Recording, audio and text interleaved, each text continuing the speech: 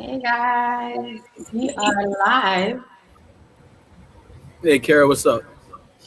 Let's make sure everyone's Connect, microphone connect, is connect. working. Check, check, Audio check, check, check. check. One, Perfect. check one. Okay, so we can see everyone. Everybody's lighting is good. Okay, so welcome. If you guys are in the comments, just drop us a comment so we know that you guys can hear us properly. You can see us. We're in a gear. Let's give this like a couple of seconds here.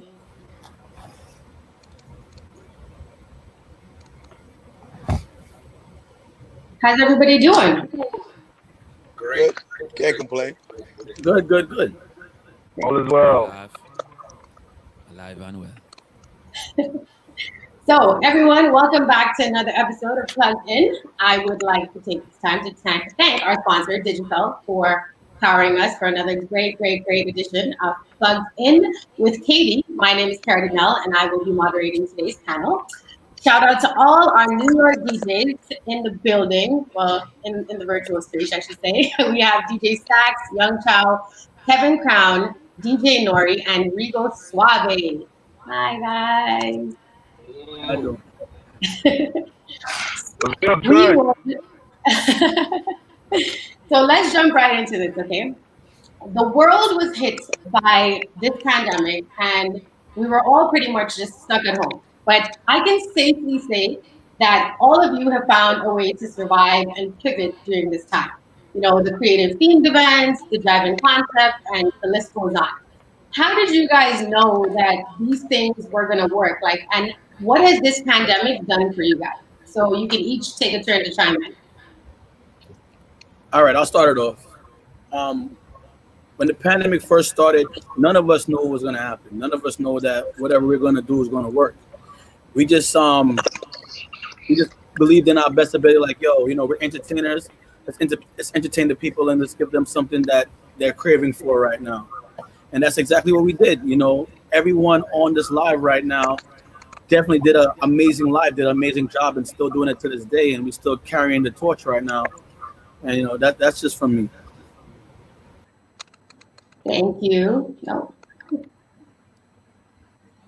think well, we're just I guess I can exiting. go next. I'll go next. Oh, go ahead. Go ahead, Rico. Go ahead. Go ahead.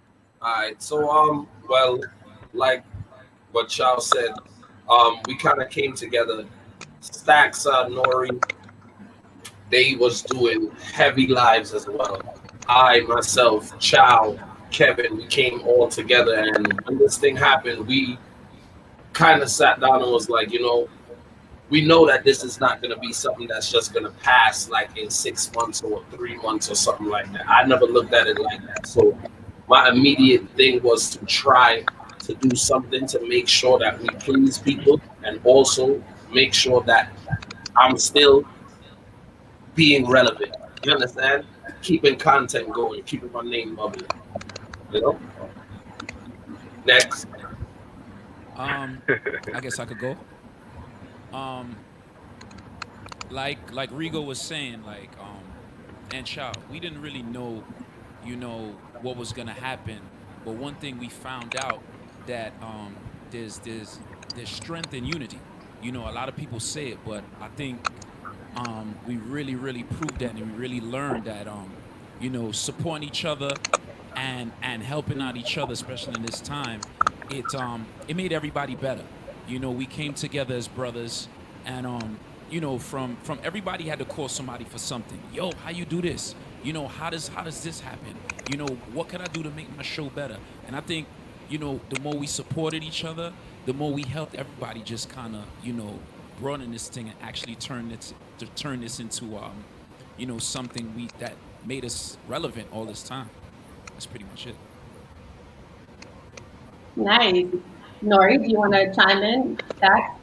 Well, basically for me, right, and to add on to what been said already so far, we New Yorkers, we know how to survive. We know how to adapt. We know how to make things work. We know how to say, you know what, yo, this ain't going over here, so let's figure this out over here because, yo, we don't know what's next. You know what I'm saying? So shout out to everybody on this live, and shout out to everybody that's watching, and all the DJs that's here, because everybody in this room right now hit each other up for something. Reposted they stuff. Yo, my wire is messed up. All right, what you got to do is blah blah. I remember Stakz telling me about the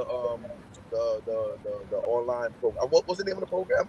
Stakz? I think it was Oasis or something. OBS. Stakz like, yo, bro, man, you got to get this. Blah blah blah blah. I hit Kevin. Yo, Kevin, what's the name of that wire? He said, Norie, you got that wire. What's wrong with you? Look in a box somewhere. Found the wire. You know what I'm saying? So it's like, yo, everybody, like even watching Chow with his craziness. I say, I see Chow wearing a wig. I say, yo, dog, Nettie and Nice just laughing and vibes. You know what I'm saying? Then Riggo riding with this damn horse all over the place. And I'm like, yo, bro, that should show you the creativity you got in this room for all the DJs. You know what I'm saying? Yo, I remember one time watching Stakz live. Yo, Stakz had, I didn't even know so many Haitians was in New York the way his live was going crazy. You know what I'm saying? Not saying he's not here, but the way he had the live going. You know what I'm saying? So I'm not disrespecting giving no credit to nobody else, but that's to show, how our New York DJs work hard and we know how to do what we got to do to set the pace to do. You know what I'm saying? To make it, say, yo, let's do it for our fans, let's do it for ourselves, and let's figure this out. You know what I'm saying? So for me, I piggybacked off of everybody. I'm sure everybody picked back off of me, and that's what we do over here. You know what I'm saying? So before I even further, salute everybody in this room for doing their part, for making everybody in this pandemic understand that, listen, we're here for y'all. All right? So Amen. It's all you, my man. Big stat. I mean, to finish, what all the brothers are saying, I mean, like they said, we didn't know what was going on with the whole pandemic, but, to piggyback what Norie just said, we all New Yorkers, and we, on a natural basis, are just hungry. We're very creative. So the pandemic, I felt, just made us a lot more creative. Yeah. And it made us pay attention to a lot more things that we probably wouldn't pay attention to on the norm. So it just really just put us in the face at the end of the day. You know what I mean? Like Chow was doing his thing, Riggo was doing his thing, Kevin was doing his thing, and they all got together and formed like this super group. You know what I mean? Norie's doing his thing. We just kept up with it, and we just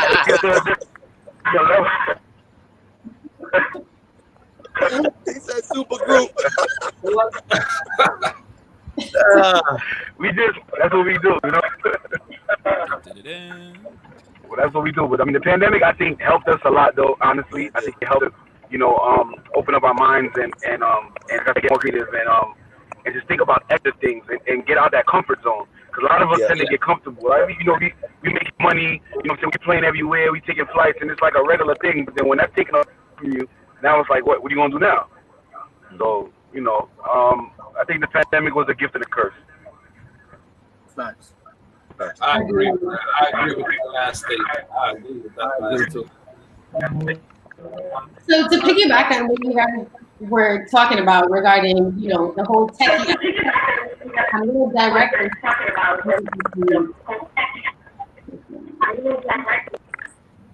Okay, so to piggyback what you guys are, conversing about regarding the techie aspect and all that, Kevin Crown, this is for you. So you're involved in a lot. You're in fitness, you're a dancer, you have your radio show, you do DJ one-on-one classes. And most recently, you were that guy to go to when it came to putting on virtual events. A lot of people were coming to you for advice, and you were always willing to lend a hand. So I would like to know, and I know a lot of the viewers would like to know, is this something that you've always been knowledgeable in, like you've always had this expertise, or is this something that kind of came along during this pandemic? It's kind of both. I had this studio that I'm sitting in right now for a number of years, and I always knew the world was gonna get to streaming. I didn't know it was gonna happen overnight. I thought it was gonna be a gradual thing. A couple of my mentors were telling me about DJs that were streaming from their house and playing in clubs in different parts of the world, and just the advancements in radio. I've been doing radio. Shout out to Norie. Norie was actually the first dude to give me my first shot on a radio station. Remember my radio, Norie? And from then I just fell in love with radio. And because of, technology, I was able to do radio from my house. And when they told me about streaming, I just started buying cameras and video equipment. And I just graduated from the University of YouTube. And during the pandemic, I think when they shut down the NBA, I think that was a Wednesday. That Sunday, I stood up for 24 hours. I started updating all my firmware, getting reacclimated with everything going on because, I didn't spend much time in the studio because I was always out of town. So I had to relearn a lot of things and like learn all the updates. And, for like the first month, I would do a live and then try to improve on something and do a live and try to improve on something. But at the same time, I just was keeping in contact with everybody else. When I learned something, I try to share the energy and like, yo, I just learned this. You need to get this, get that. It's just something with me. I'm very fanatical. I will lose sleep. I won't eat. I will just when I put my mind to something, I have to get it right. And during this pandemic, it's been so many times where I wanted to break everything in the studio, but I held it down, and I got things to work. It wasn't something that I would say I'm an expert in.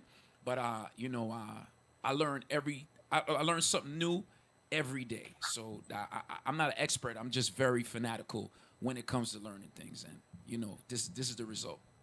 It's pretty much Okay. And what suggestions would you offer to a new, like upcoming DJ that is, also going through these crazy times? Like, would you suggest that, they keep pushing through and figure it out, or should they just hang up their guns and wait till this is all over? Well, you gotta ask yourself an honest question. You gotta ask yourself a very honest question. I think every DJ in here had to ask themselves this question maybe multiple times.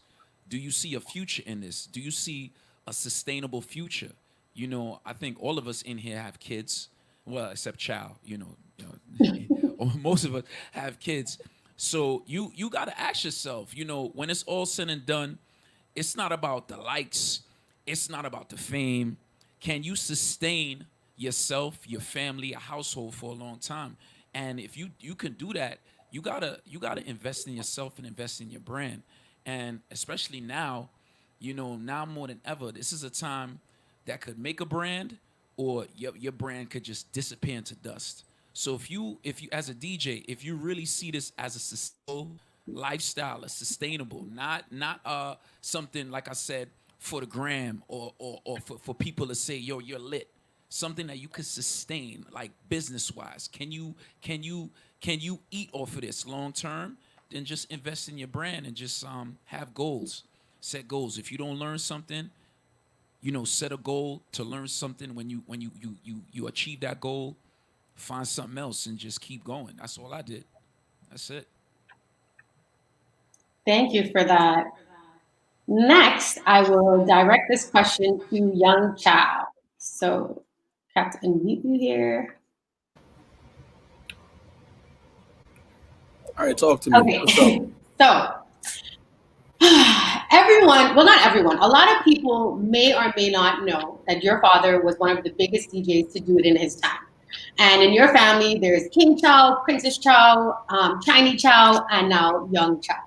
So was he your main influence? I know that a lot of people have asked me, and we've had conversations that people don't really know how you got into it, especially the new age individuals.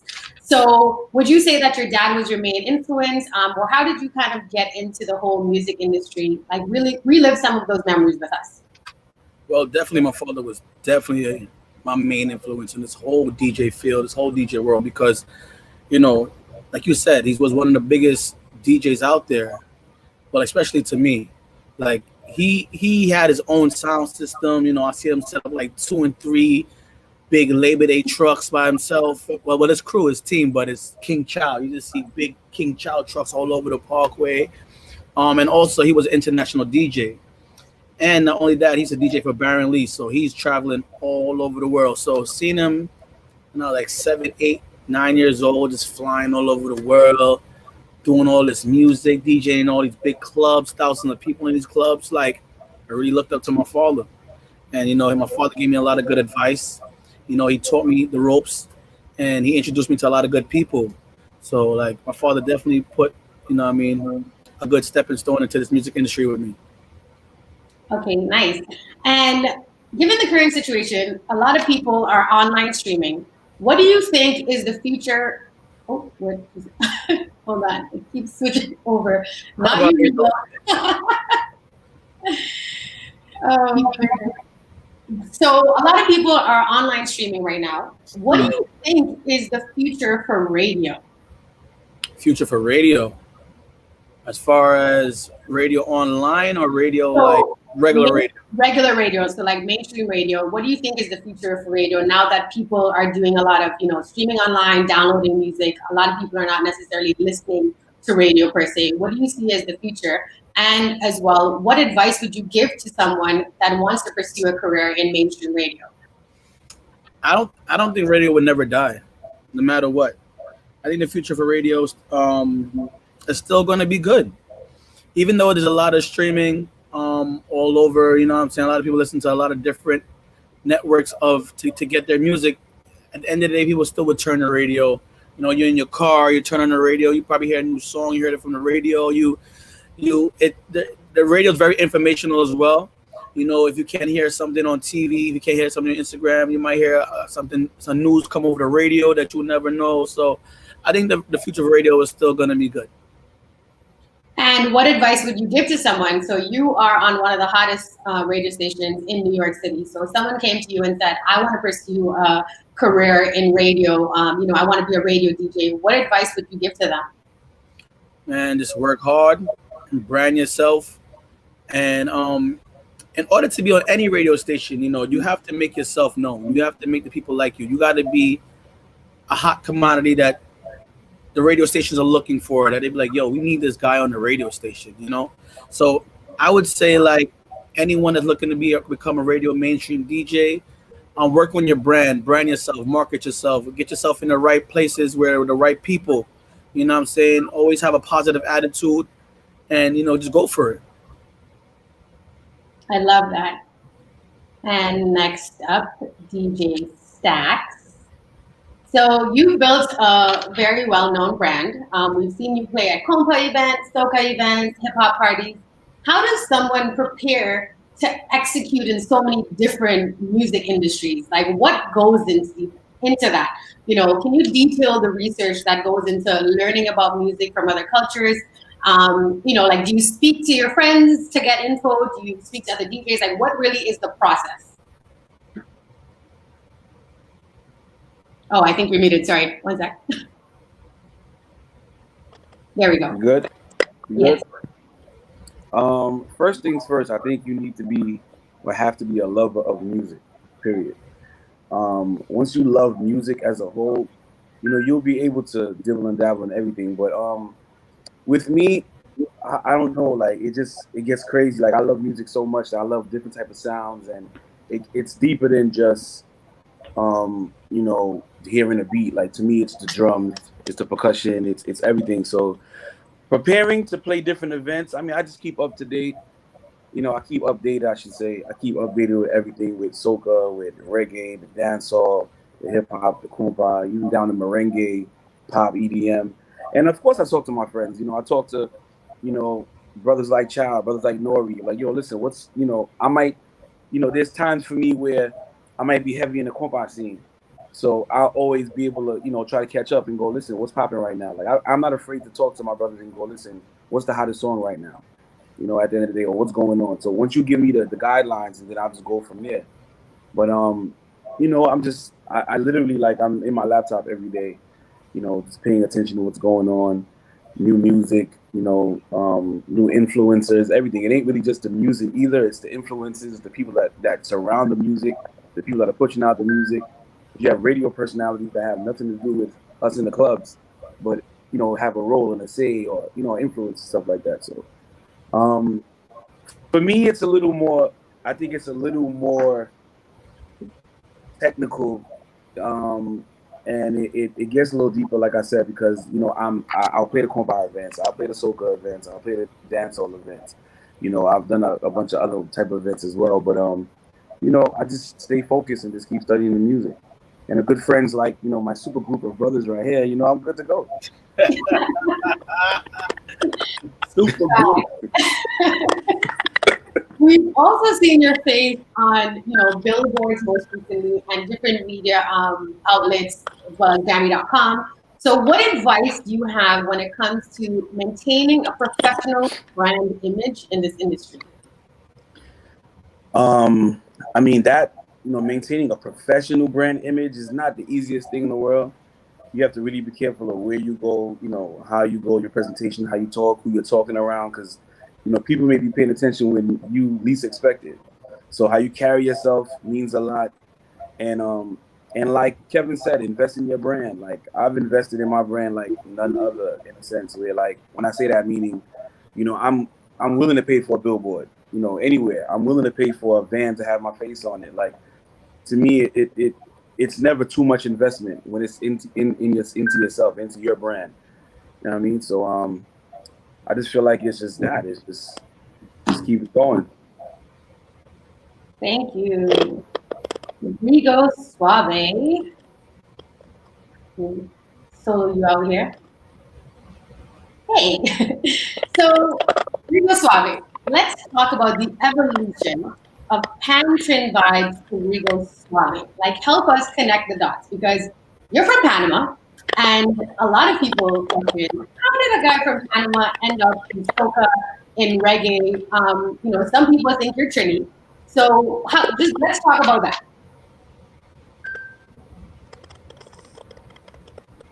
Oh, you're muted. What's happening here? There we go. Okay. Yep. I'm good. Yeah, so something like Chow, well, I should say exactly like Chow. A lot of people don't know that my dad is a DJ. He still DJs till this day, you understand? And he DJs in the Panamanian community. So my father started by doing weddings and baby showers, christenings, you know, like regular birthday parties. Those were the events that I started out in, you understand? So starting out in that, you know, being a kid growing up, like Chow said, my father was my idol in this music thing. To me, he was the biggest DJ in the world. You understand?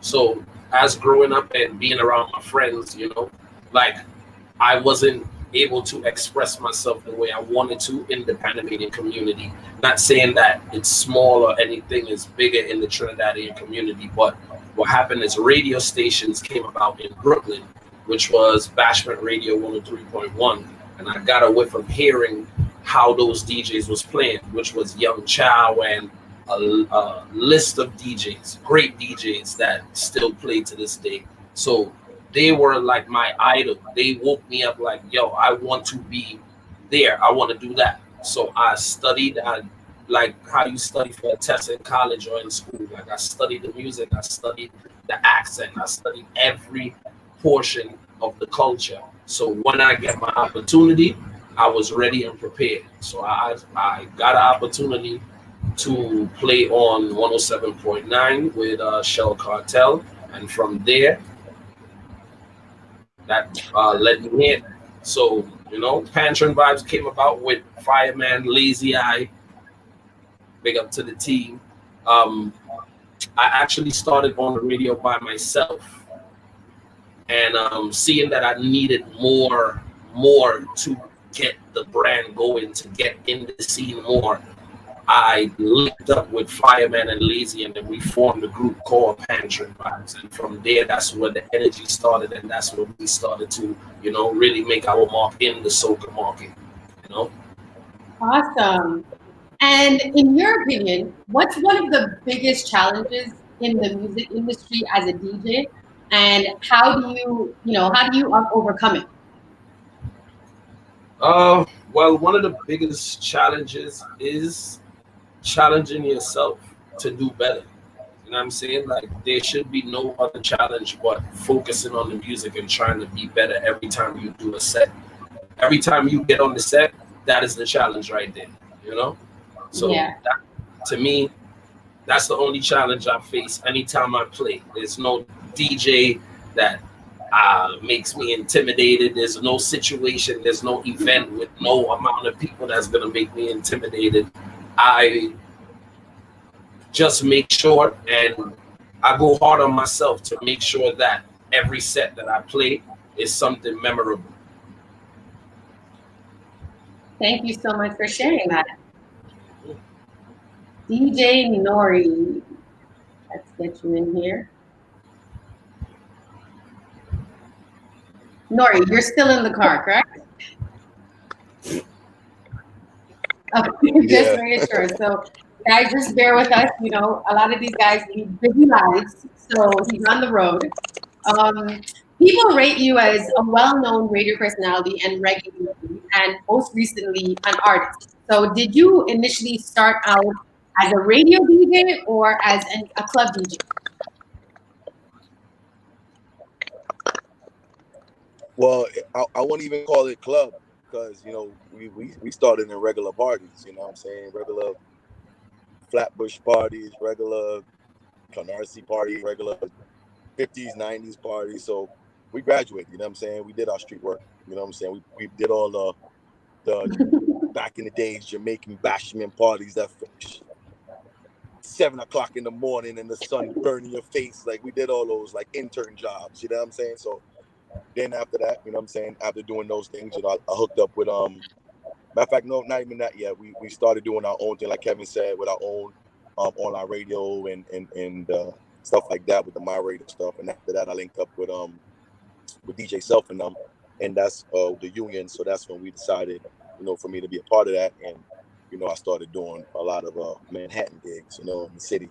Because, you know, we used to go to the city, but not like that. You know, we should just go as, you know, we go check out a party because it wasn't really our scene. They didn't really play our music like that. They didn't really play dancehall heavy, soca heavy. You know, Afrobeats wasn't really a thing like that. You know what I'm saying? But like how it is now. But back then it was just dancehall, you know, reggae and soca music. You know what I mean? So the city ain't never give us that. So now we went out there and we did our part. You know, we forced our way through there, doing what we got to do. You know what I'm saying? Kevin came out there. Kevin did his thing on his side because Kevin teamed up with another team, not a DJ team, but, you know, promoters. And then I remember that, and Chow did his thing. So it was like it's just all of us just, you know, doing our thing. And but back then, yeah, it wasn't that easy. But, you know, I made it happen. Did my part. And what's the difference between a radio DJ and a party DJ? Like, what sets them apart? I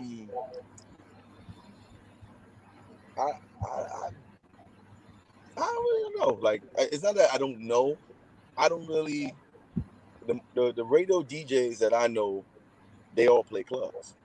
Mm-hmm. So I don't really know too much radio DJs that don't play clubs. Like maybe a radio host, but DJ wise, most of the DJs I know they play clubs. You know what I'm saying? So okay, it's not really let me elaborate on that.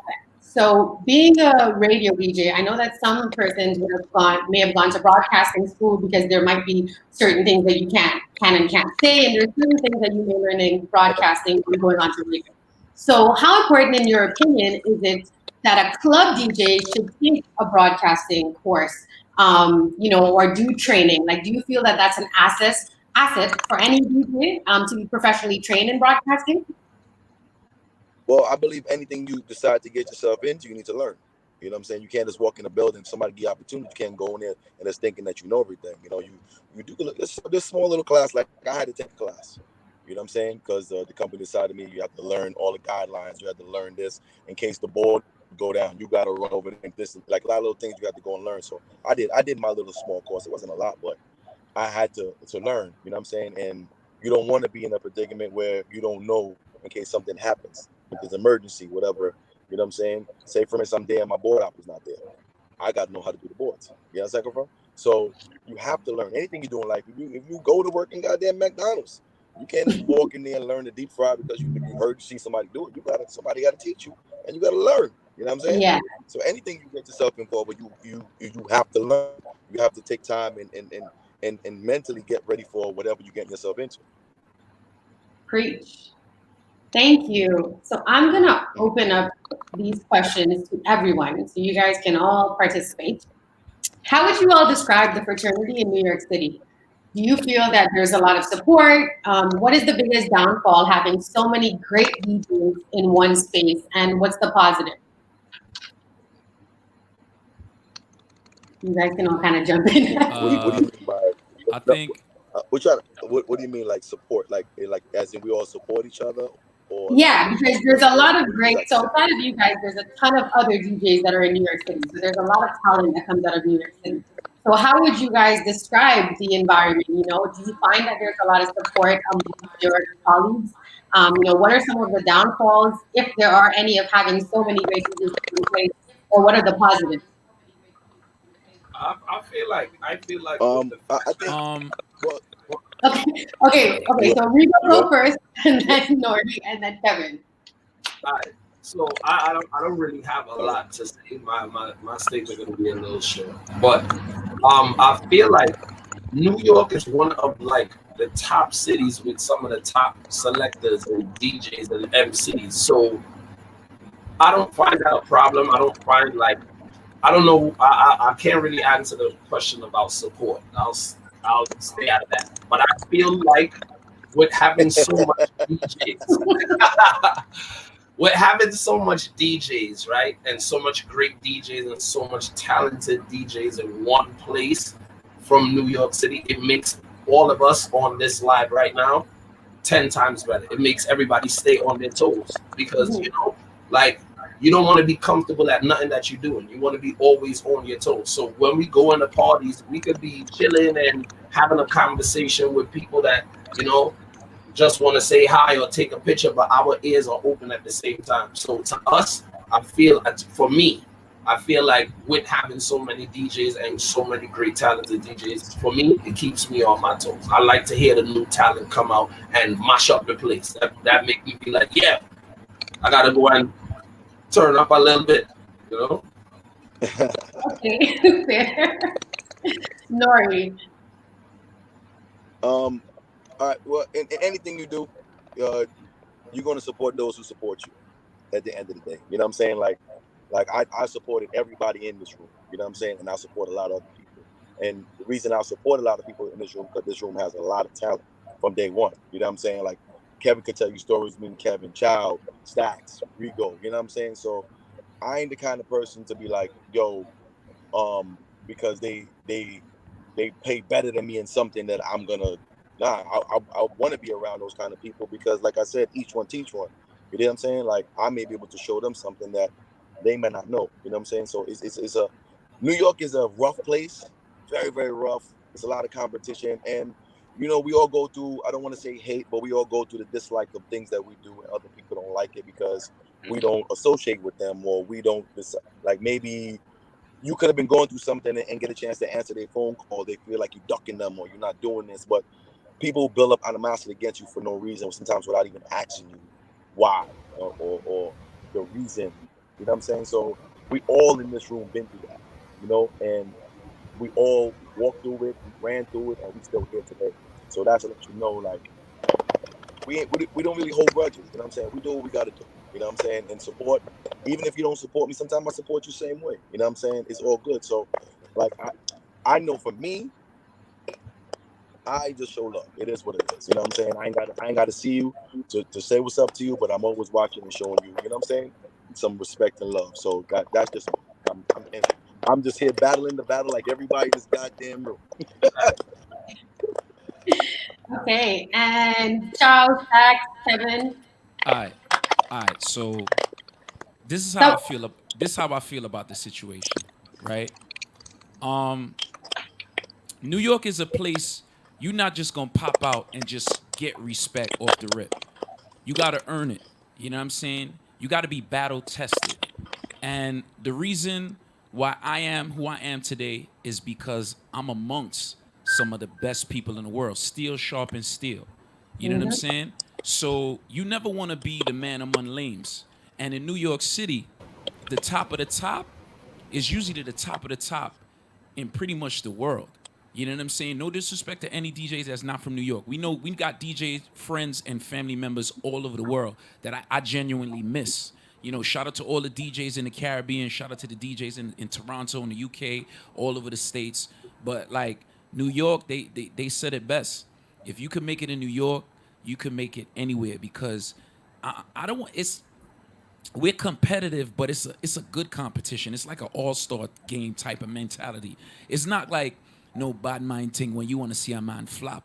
But if I'm in a party and I see Chow getting a forward, Stakz getting a forward, Riggo getting a forward, Norie getting a forward, when it's my time to play, you best believe I'm gonna do my best to get my forward too. Nobody don't want to be the man on the short end of the stick, and that's just the way it is. You know what I mean? As far as support, like I said, New York, we not just gonna give you something, man. You gotta earn it. You gotta be battle tested. So we gotta see you in certain situations and see how you handle yourself. And a lot of times, those things happen outside of New York City because some people get in a comfort zone that I'm the man, in my neighborhood. We want to see how you do representing New York when you in a place where nobody don't know you.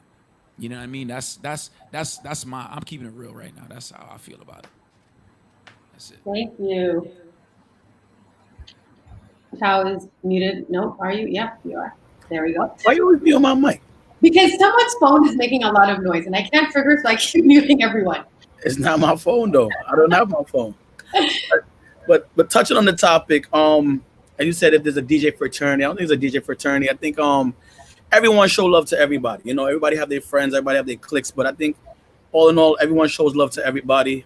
But like everyone has said before, like New York is a very, very, very competitive place just to be in alone. Just not even being a DJ, just to be in alone. You know what I'm saying? Taking the train is competitive. You gotta make sure you walk faster than the other person to get. It's a lot. It's a lot. But on a DJ standpoint, I feel like, no disrespect to no other place, but New York brings out the best in you.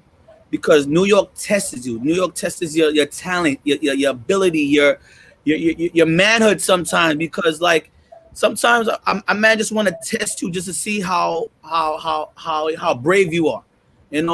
Like he'll just throw you out in a pack of wolves to see what you're gonna do, and that's just New York. And a lot of DJs that makes it out of New York, who tours, who sees the world, understands what I'm talking about.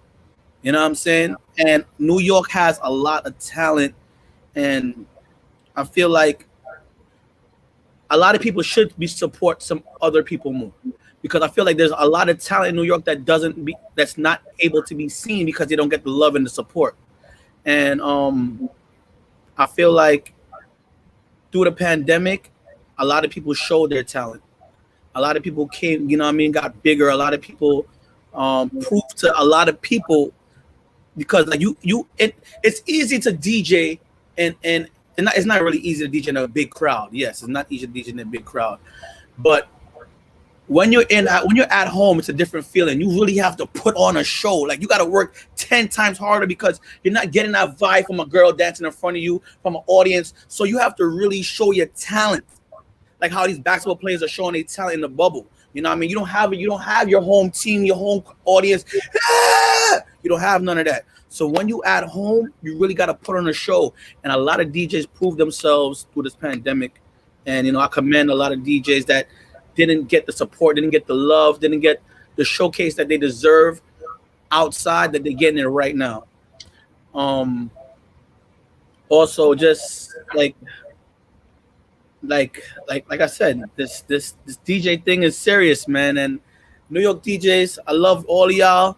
You know what I mean? A lot of y'all support me. Some of y'all don't support me. It's all love.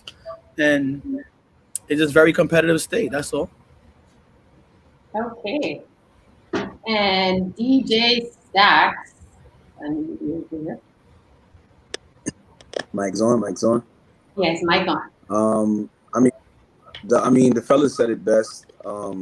New York is one of those places, like Kevin said, nobody's gonna give it to you. You gotta take it, you gotta earn it.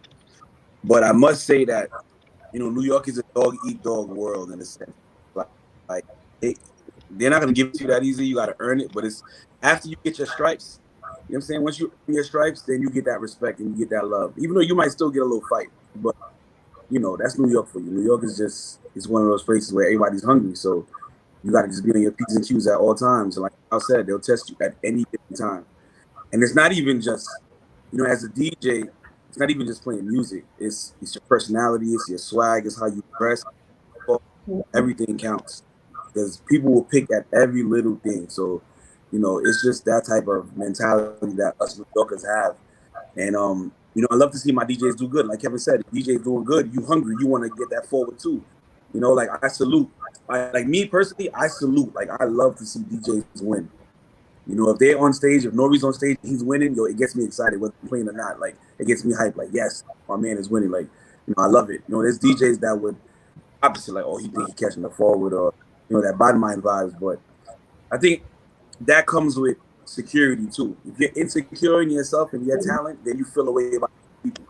But when you're not insecure, like nothing can take nothing away from me. So I feel like, I'm who I am regardless what Kevin does. So me supporting Kevin doesn't hurt me. So there's DJs that won't put you on a bill or won't promote you per se or your event because they feel like you're gonna outshine at some point in time. Man, so let me tell you something. Today's for me. Today might be for me. Tomorrow might be the next man. But how I look at it is like, Chow might be leading right now, right? Say Chow's the hottest one right now. At the end of the day, Chow should be going, yo, Stakz, here, come, yo, Norie. You know what I'm saying? And then it might be Norie time, and then Norie might do the same thing. So, that's just the cycle of life. But that's how I feel about it. You know what I'm saying? That's how I feel about the whole New York and the support thing. I support all my brothers at the end of the day. And, it is what it is with that. All right. And each of you have thrown successful live in-person events during this pandemic. There's been a lot of talk that has circulated. When planning these events, given the current situation with everything happening in the world, were you guys at all concerned that there would be any backlash when throwing events in what is this situation? Of course. But you got to remember, no matter what you do, pandemic or not, there's always going to be backlash. You know what I mean? You could be putting on a charity for homeless kids and they'd be like, oh, look at that guy. He think he too good. He think he's trying to, it's always something. It's always something. But at the end of the day, you got to remember, this is how we feed our families. This is how we pay our bills. This is our livelihood. A lot of us, like some of us in the group, we don't have regular 9-to-5 jobs as everyone. This is how we make our living. So us listening to other people, what they're saying in the backlash, like we wasn't even worried about that at all. We honestly wanted to put on good events because a lot of people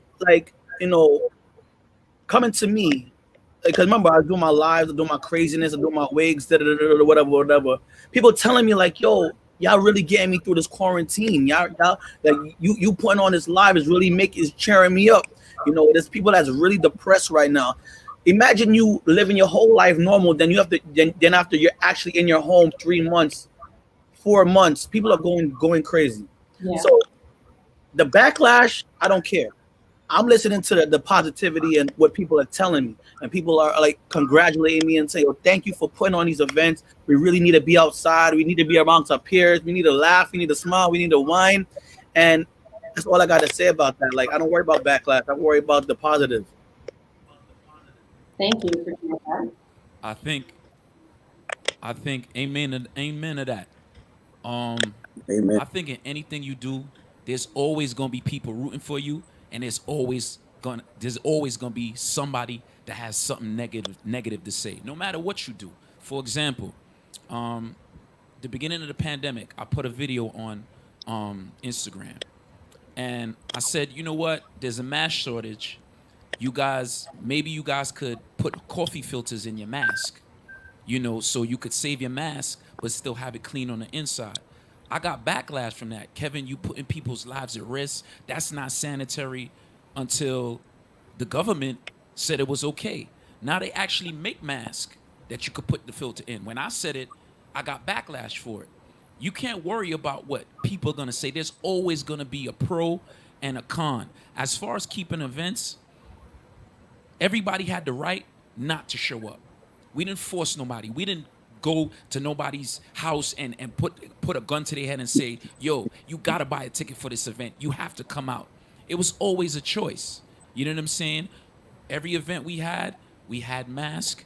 We was checking temperatures. And at the end of the day, we were doing the same guidelines as pretty much the rest of the president of the United States.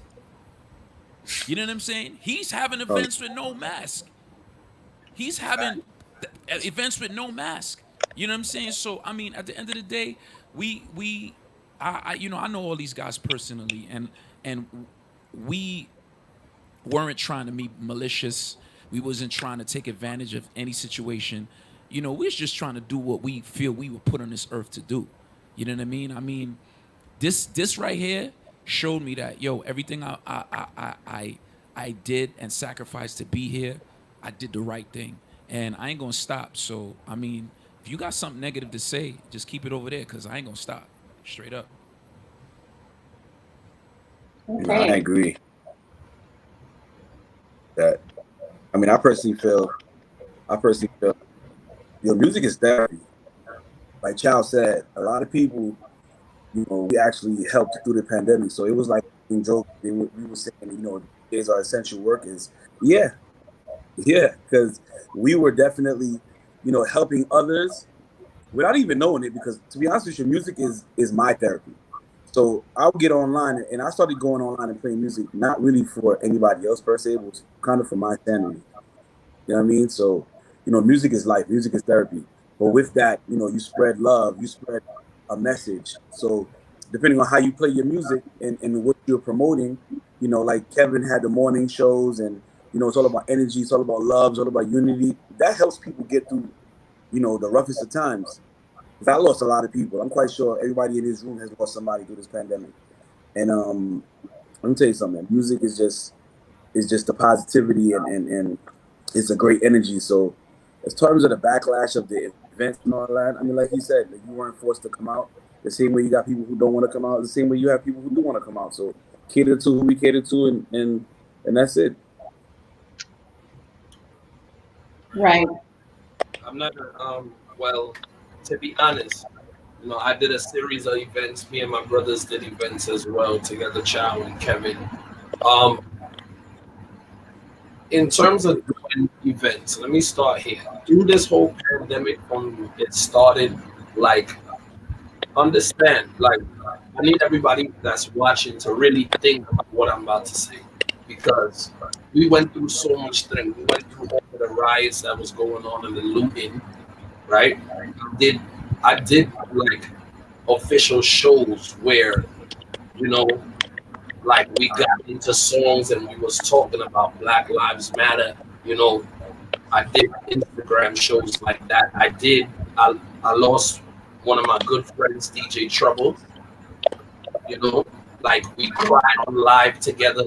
So I'm saying all of this to make people think and remember these things. When we was crying on live together, we are not we are family through social media. And so a lot of these people that's coming out to these events are people that genuinely supported us because they was crying with us. They was going through whatever they were going through, and that 2 hours or 3 hours that we were on live, they actually got an opportunity to take their mind off of the stress, off of the bills that they can't pay, or off of the amount of DMs and stuff I got off of doing certain shows and stuff like that. I literally cried reading messages. I called Kevin, I called Chow, yo, look at this, because people were really sending me long paragraphs of testaments of what they're going through, and so that was one of my main motivations for doing lives. And one thing that I always do in the summer is my birthday party. So I actually wanted to do my birthday party, and I did it in a small venue. If you go back on my Instagram, you can check all the write-ups. You can see how we really made sure that every guideline that was set for people to come and gather, we met. You understand? People had masks on. You could watch pictures. We did a Juve. The police was with us in the Juve, not partying, but making sure that when we did the road, they actually made sure we were good, so long story short, sorry to take so long. I'm just trying to say that the reason why every one of us on this live did events is because the people that were appreciating the music that we was healing their soul with through all of these times, they wanted to come out and see us personally, because it has people from all over the world that never was following us before this pandemic. They heard about us through somebody else or something like that, and they actually came on the live. And from that, we said, all right, we did an event. They came out, masked, and everything. Till this day, I still say people are going to talk. They're going to say whatever. The real supporters will support, and the talkers are going to talk. So leave them, let them talk. All right. Norie, I'm not sure if you wanted to chime in there, if we can move on. I think you were muted. I see. I'm just going to add on to the same thing. Okay. So you guys pretty much all acted as, you know, psychiatrists and psychologists. You guys provided musical therapy for everyone that was out there and helped people to get through the situation. So my question is, how were you guys coping? Aside from you guys playing music, you know, maybe you can make mention to one of the things that you were doing to kind of keep yourself grounded and keep yourself sane outside of the music elements. Well, for me, I got to spend like a lot of more time with personal people, and you know, family, friends, you know, and we got to catch up on a lot of things that we have not caught up on in like so long, you know. So it helped build back certain relationships that were just like maybe drifting, or maybe not even as close as it was until you know, the pandemic. So for me, I just built back a lot of relationships, and I spent a lot of great time, which I, you know, I would spend time with my kids, but now that you with them all day, all night, day school, night, so it's a whole different ball game. You know what I'm saying? You can't send them off like, yo, go to school and come back. No, you are the school, so you got to. So it's like, you know what I'm saying?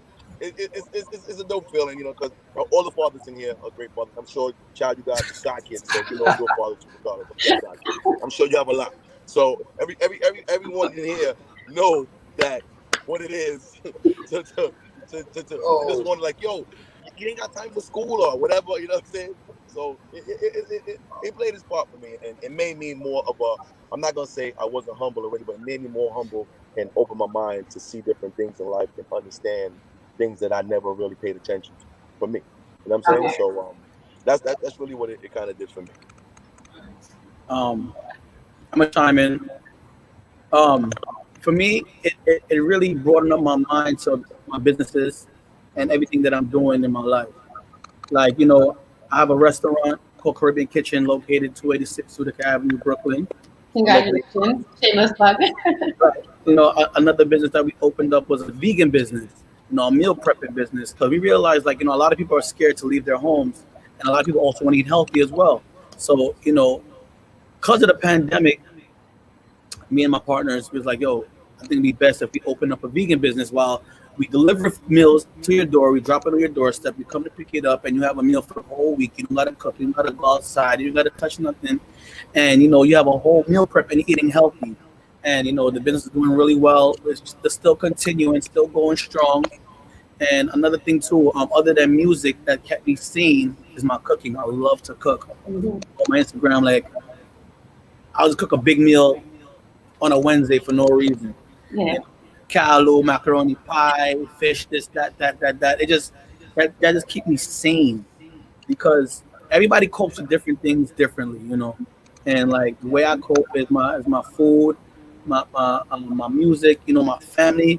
Like, all of us in this room are international DJs, and we spend most of our time on the road. Like Norie said, we hardly get to see our family. You know, I got to spend some more time with my family. I get to actually appreciate my house. You know, like I'm always out of my house. You know, all of us is paying our bills and all that. We don't get to appreciate our home. I really get to appreciate your home. Like, I actually cleaned up my house from top to bottom. Like, yo, what the? Like, it's so much stuff. Like, that's my coping mechanism. All right. For me, I'm gonna be real with you. Like, there was days where And the people that watch me daily on the live will tell you, there was days that I thought I had COVID. There was days where, I had the blow dry my nose. I was doing all of the myths. No, I'm pretty sure if I look around here, y'all laughing, but yo, there was real anxiety at certain times when in the beginning, like, yeah, I could laugh and joke about it now, Hope but you in ain't the drink beginning, Clorox. when they were showing how many people were dying, and then you go on the gram and you see this person now. I even lost an uncle. Rest in peace to my uncle Francis. He passed away from COVID, and I was with my family, right? And don't get me wrong, time is one of the most precious things. And I was with my fam. I was with my two little girls. Was with my fam. But there was certain times where I would just get more nervous because I'm like, yo, I don't want nobody to get sick. I don't want nobody to get hurt. I don't want nobody to pass away. And my coping mechanism, besides playing on the live, because when I was playing, I wasn't thinking about it, and watching my brothers. I'm gonna tell you, some of the best times I had was the Thursday, the Fridays, the Sundays, just watching these guys just do their thing. When I was actually a fan of what they doing and just sitting back and just taking in what they was doing, my mind wasn't on it. So I could relate to what people were saying when they was texting us, yo, you getting me through the quarantine. Other than that, my coping mechanism was just communicating with people, talking to people, helping people, giving people advice, like just really just helping people. That was like my coping mechanism. Like, yo, you know what? You should try this. And then they do it, and they're successful at it. When I felt like I had a purpose. And even if, God forbid, something was to happen to me, I made my impact on the world. So that was my coping mechanism. At least you're doing good right now, Kev. So if you got the shit, oh, sorry, my bad. If you got if you got it, and so yeah, we had a rule, like anybody who says a bad word got to cash app everybody $25. So I got everybody $25 right now. Yeah, $ Young Chow, okay? I know. $, Young Chow. I know. So I'll go get to the back door. Could you give me the question again? Sorry? Give me the question again. So I was just saying that a lot of you guys, well, all of you guys have been providing that musical therapy for everyone else. So outside of music being something that has helped you, playing music and keeping them entertained, what else did you do to cope? Oh man, well, you called me a day because I was on live for 24 hours. Yeah. Kevin called me and people was like messaging me like, yo, is everything all right with Riggo? Because he on the live for 24 hours, back to basic, all kind of people. You know what I'm saying? Not in no bad way, but people were just concerned. My coping mechanism was playing music for other people. That's why sometimes, like, I was on the live crying live with people. You feel me? Because that was my coping mechanism. You feel me? During this pandemic also, like, I got to, I can't even say reconnect with my family. Like Chow said and Kevin said, like, we are constantly on the road over and over again. Like, we will come back from being away on a Monday and have to fly right back out on a Thursday, or go to a carnival and be there for a whole week and a half. You understand? So it's like we never get no time to actually hang out and just be there with family.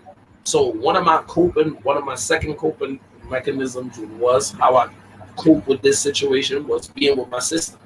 My sister helped me get through the pandemic because she was one of the main persons that when I was like, man, I don't even want to do this live no more. I'm good. She was the one that was motivating me to do it, So again, and I wouldn't have known this until now when you asked me this question. That's why I asked you to reiterate the question for me, because literally I just understood and I just noticed this as we're speaking right now, that my coping mechanism through this pandemic was playing music for people and seeing them happy. Once they were happy, that was making me happy. You know what I'm saying? Well, I love it. And DJ Stakz. I mean, it goes the same for me. Playing music was definitely my coping mechanism, and it just it opened my mind and my train of thought, and it opened a lot of different things as far as the type of people that you were meeting online and how big the internet really is. Like I was doing lives other than on my page, I was doing lives for like Vibe magazine and VP Records and Billboard magazine. So so much different types of people, different characters of people, and it was just it was weird. It was like a drug because now it's like you don't really know, you're just playing music and you feel good, but now like you're worrying about the next person, and it was just weird. Like that's how I coped with it. Like I played music until Instagram told me I couldn't play music no more. Like I literally got like shut down. Like they were just locking off my page. I was learning things like Instagram, the whole hour, the 2 hours, they give you 12 hours in a day, 14 hours, things like that. Like it was just weird, but I definitely coped with it with playing music for the people. And it became very weird because we were playing for emojis. Like we were literally playing for fire and the little flip emojis. And, like it was weird. So it took me now to like understand, like, yo, I'm really playing for emojis. Like, wow, like you get excited when you see fire down the page. So it was weird, but that's how I coped with it because it became funny. It became like an everyday thing. You know what I'm saying? So, and another thing, it really helped me learn other stuff. Like I took time out to like, I literally like bought a studio, I bought a gym. Like I was doing things I never did before. Like I was learning how to play the keys. Like I was just so like trying to just keep my brain going and not sit back and go crazy because I know a couple of people that had anxiety attacks and it was just a bit much. So to me, it was like I had to keep myself busy. So I was just, I learned a lot. I learned a lot through the this whole quarantine. I mean, we technically still in it, to be honest with you, but I learned a lot, through this whole time. But coping, I definitely used my playing music and the people's energy. Yeah, man. Listen, if you in the chat, drop some fire right now, man. It makes us all feel good. Yeah, drop some fire. I see back to basics in the chat as well. Shout out our dear brother. I'm sorry, what'd you say? I said I see back to basics in the chat. So shout out back to basics. Oh yeah, nah. Shout to back to basics. I see Schoolboy here. I see a few people in here. Yeah. Let me just put this Saturday, Riggo Suave all white silent head party is going to be happening in Atlanta. You understand? So go to Riggo to the world on Instagram and copy a ticket in Atlanta heavy. Stakz got something going on too. We got a whole weekend right after. So let me chime in on this. It really seems as though, so my birthday is always on Miami Carnival weekend. And, we're always in Miami during that time. So it seems as though Miami Carnival has officially moved to Atlanta this year.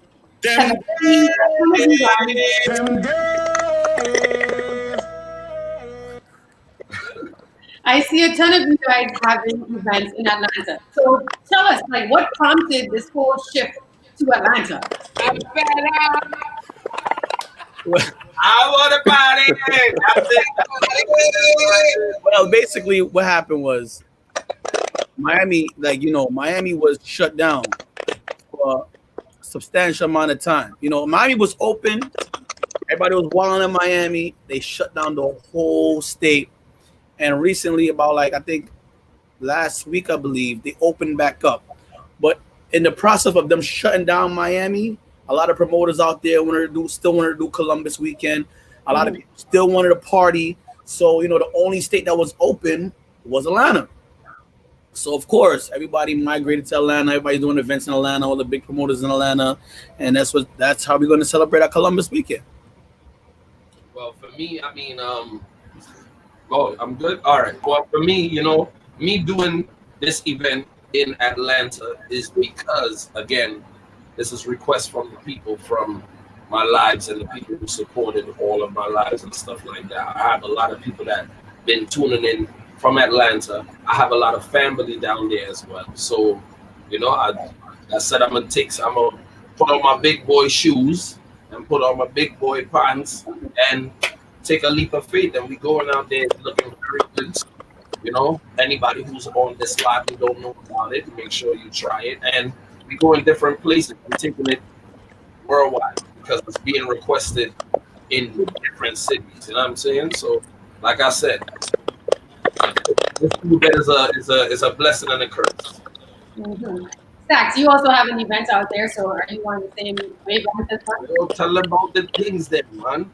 I mean, you know, I'm a different type of guy. You know, I like to go different routes when I see, you know, my brothers doing certain things. So like Riggo has his silent fete Saturday afternoon, I believe, and I have my compa party.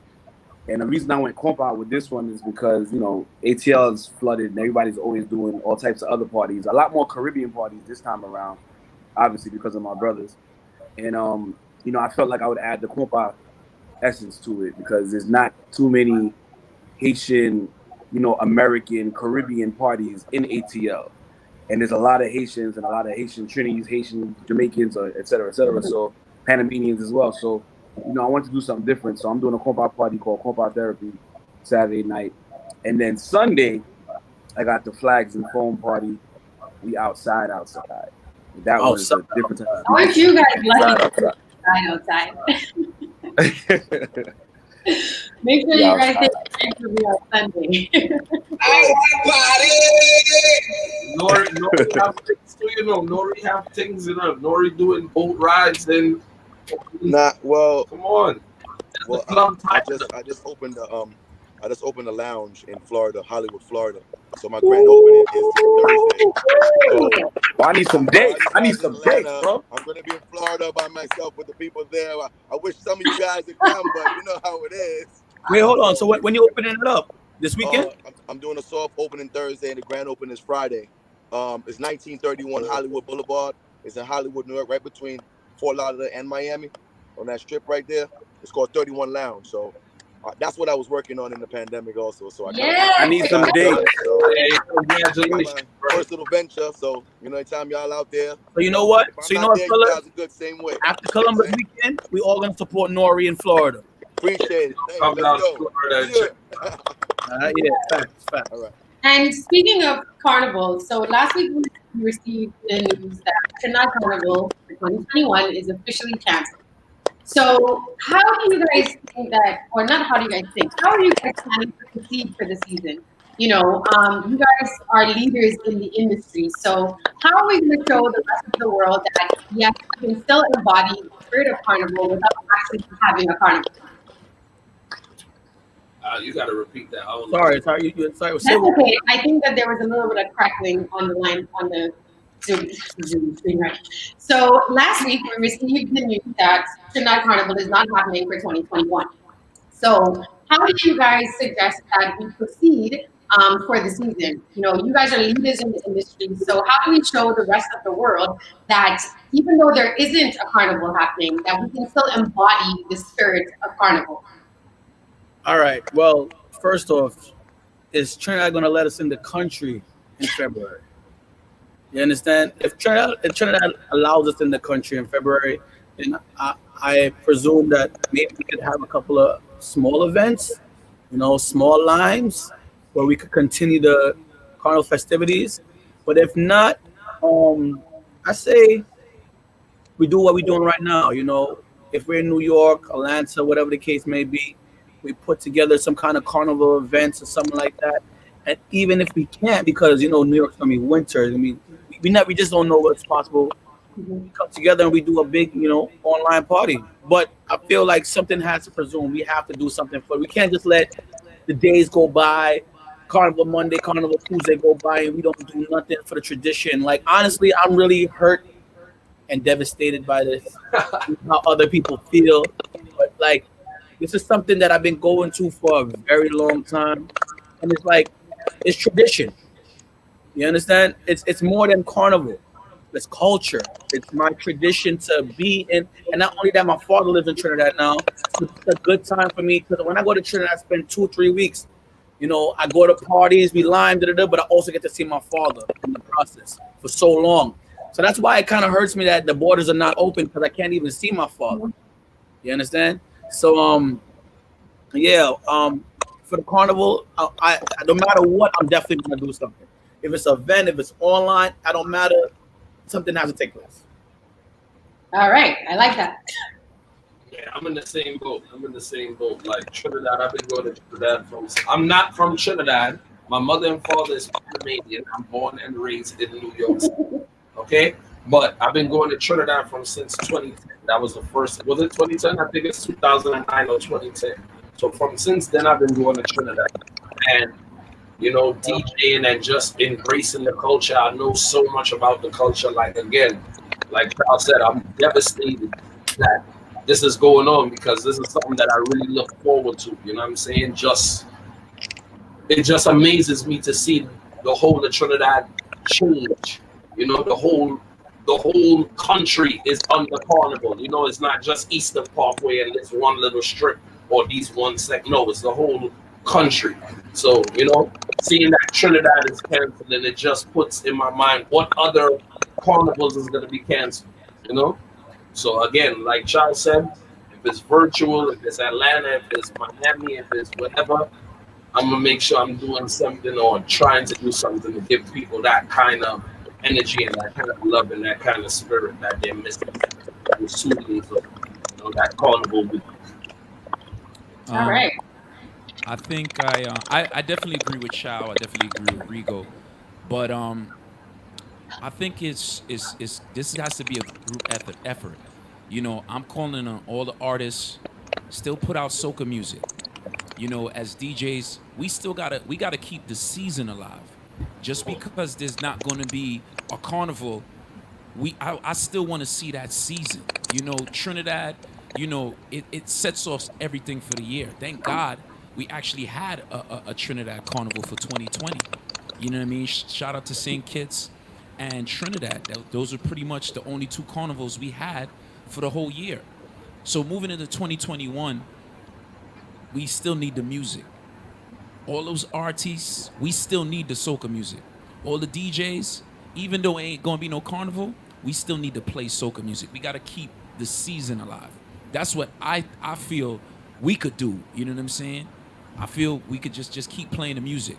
Artists keep putting out the music, and DJs just keep playing the music. Keep the season alive. I'm really sorry to cut you, but I'm really glad that you touched on that because I wanted to delve into that conversation. A lot of artists are not putting out music. There's a lot of conversations happening, regarding the expenses because obviously it takes money to make music. So I would like for all of you guys, if possible, to chime in on that as your opinions regarding, the production of music right now. Even though there isn't a carnival, there isn't a Trinidad carnival being scheduled. What do you guys think about that? And what advice would you give to artists? You guys are really the main promoters of the music. DJs are the ones carrying the music at the end of the day. So what advice would you give to those artists who are sitting down, doing that dance? Like, should I put out music? Should I wait? Should I even bother? What would you guys say to them? I mean, the music is seasonal, so I mean, certain artists put out certain music certain time, So I believe after the summer is kind of done now, we know there's no Trinidad Carnival. As Kevin said, any artist that's listening, I believe that they should put out some music for at least Trinidad Carnival for the starting of the year, so we don't have to be playing the same music for the rest of the year again, And also, I kind of disagree because there are artists that are releasing music. There are artists that's releasing That's correct. There are artists that's releasing new music. I mean, maybe you're not hearing music from some of the artists that you particularly are looking for, but there are a lot of new artists, and there are a lot of artists that kind of, I wouldn't even want to say pushed to the back or pushed to the side, or their music wasn't getting that love, like there's certain young artists that bust during the quarantine as well, like, you know what I'm saying? Like Cheem, DJ Cheem, the head, shoulders, knees, and toes. That's one big song for the quarantine. You know what I'm saying? So there are artists putting out music. Would we like more artists? Will be like the mainstream artists putting out more music? Yeah, like big up to Lyrical. Lyrical put out a lot of material as well during the pandemic. So yeah, I would say I influence all artists to put out more music, and I'm going to influence my artists as well to do that as well. Yes, and I agree. There are definitely artists. Shout out all the artists that are putting out music. But like I said, there are artists that are not. So they may listen to this conversation after this and be inspired to want to put out music. Because again, there's a lot of different components involved when making music. So them listening to this, they can actually sit back and say, "Wow, well, this resonates with them, and this might actually inspire them to want to put out music." Chow, did you want to touch on that, or Norie or Stakz? All right, I'll touch on it.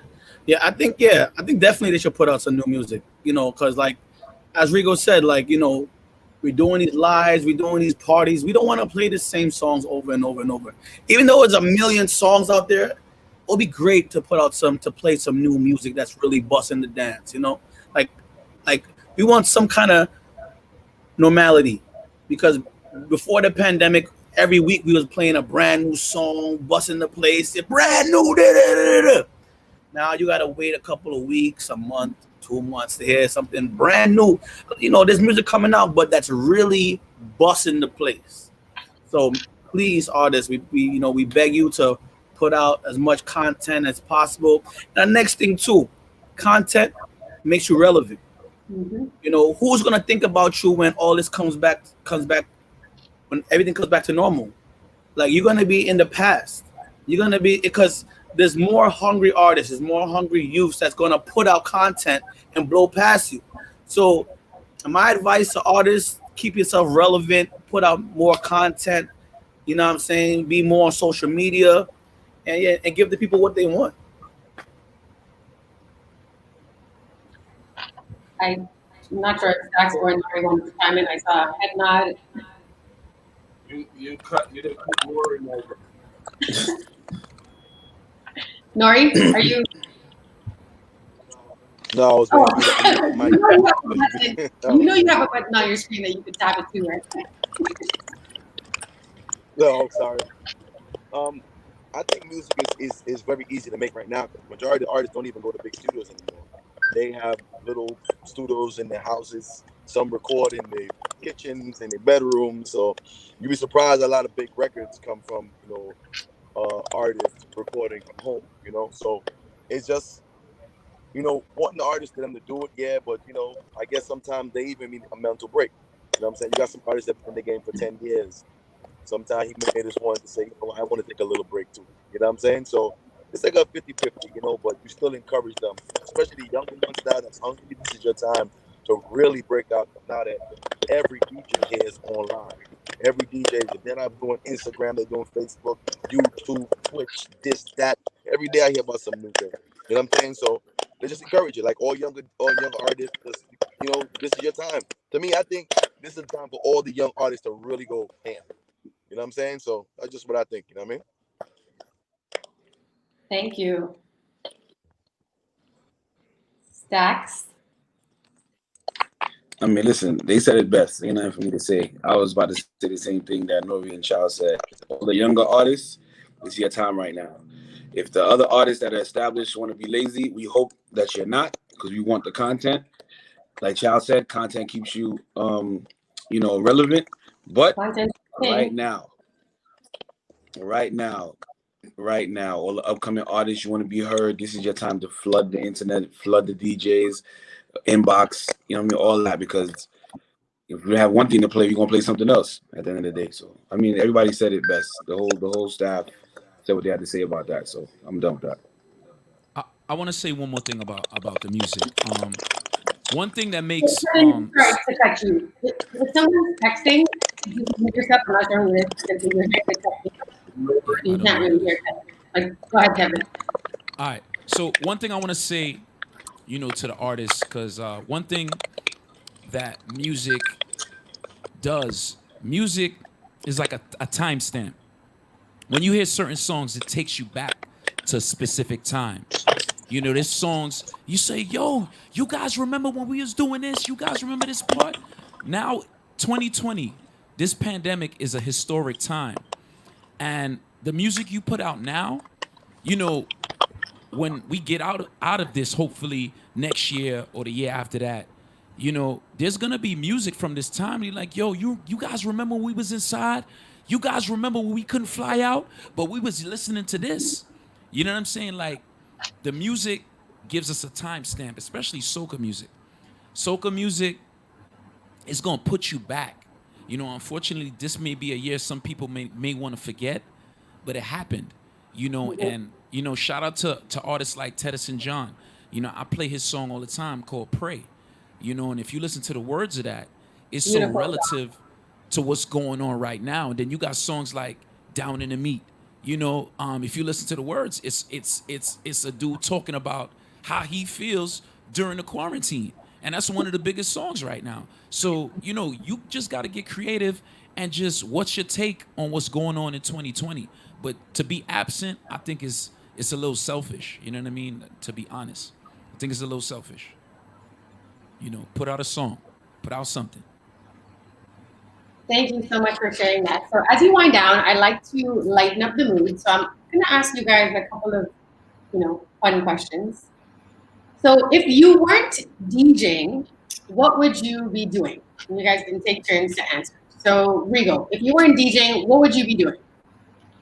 I would be putting up elevators from scratch with my uncle. My mom's brother has his own elevator company. So, like, before I actually took off with the DJ and started touring very heavy, I was literally just stepping in that field. So, I would have been putting up elevators from scratch. Okay, I didn't expect that. Someone just said Kevin would be Hulk Hogan. That's a morning show though joke. If I wasn't DJing, I'd probably be an adult film star. No, I'm just playing. I'm just playing. Wow. I'm just playing. That's a joke. That's a joke. I'm actually a electrician. I have a degree in science and labor studies, and I'm an electrician. So either I'd be an electrician or I'd be a personal trainer, or I'd own my own dojo because I'm a third degree, soon to be, God willing, fourth degree black belt. So either electrician or something in fitness.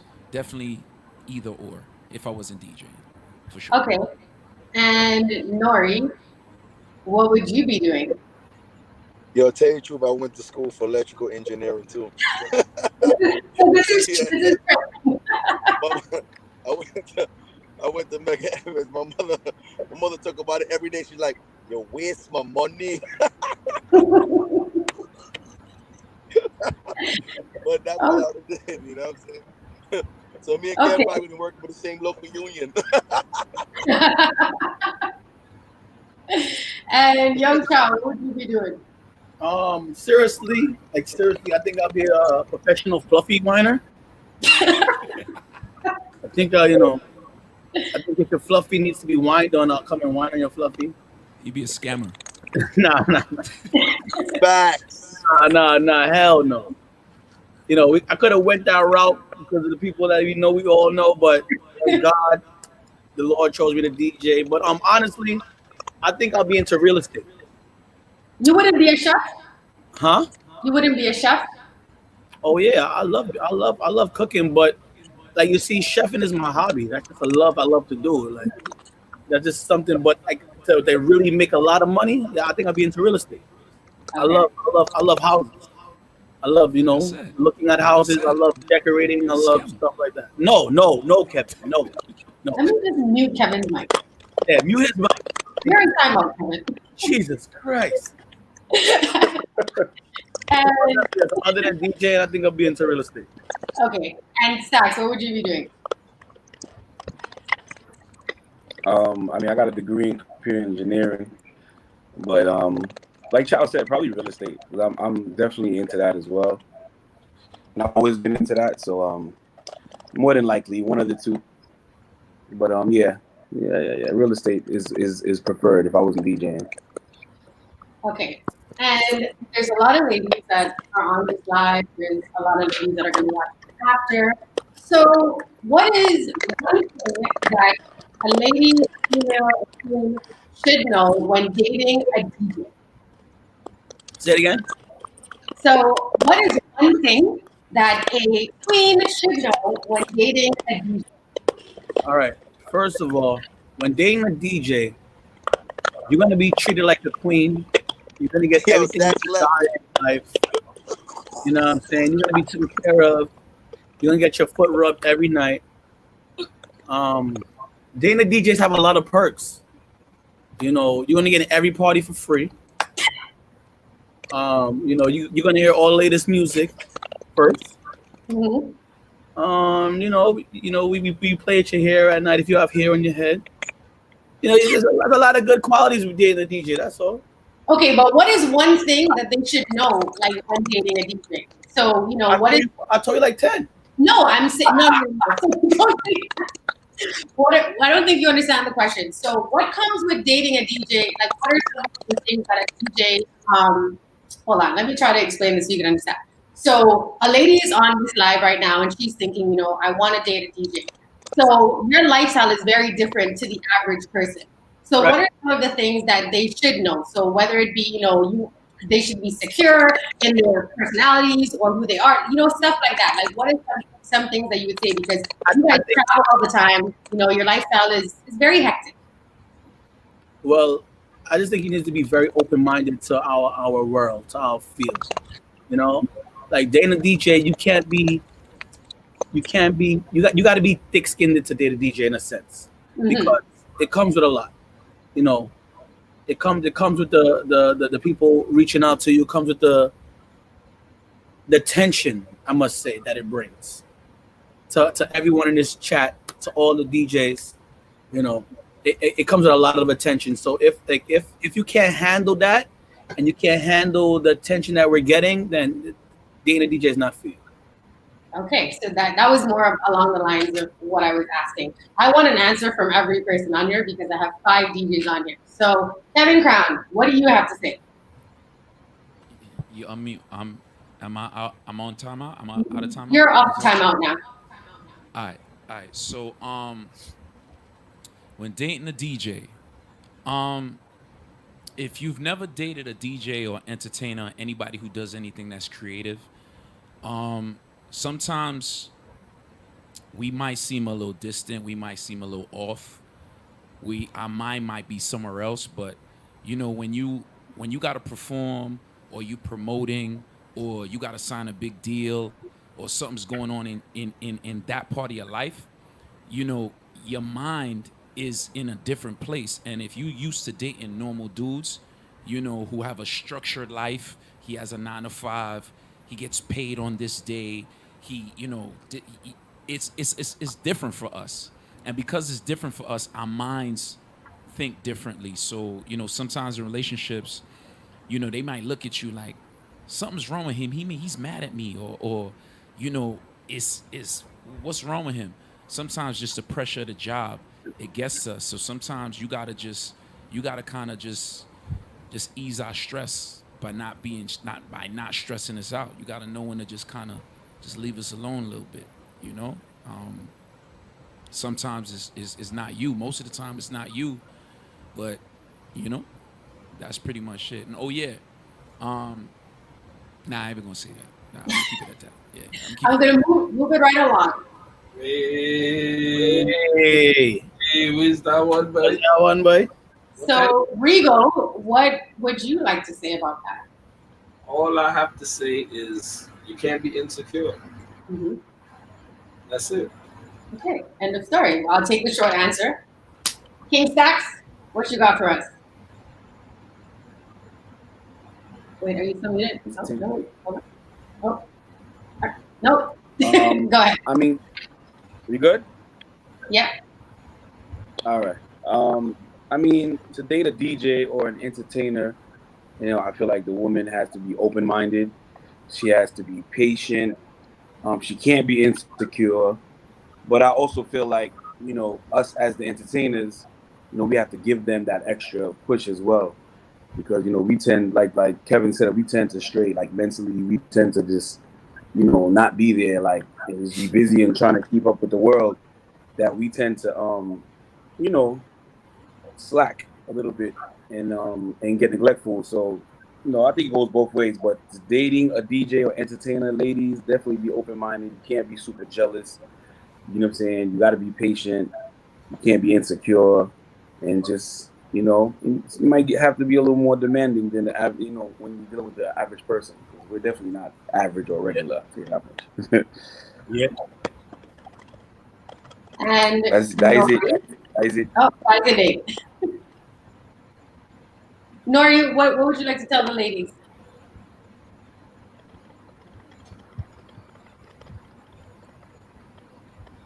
Yeah, Unmute his mic. Ladies, because of Okay. course, He freezes.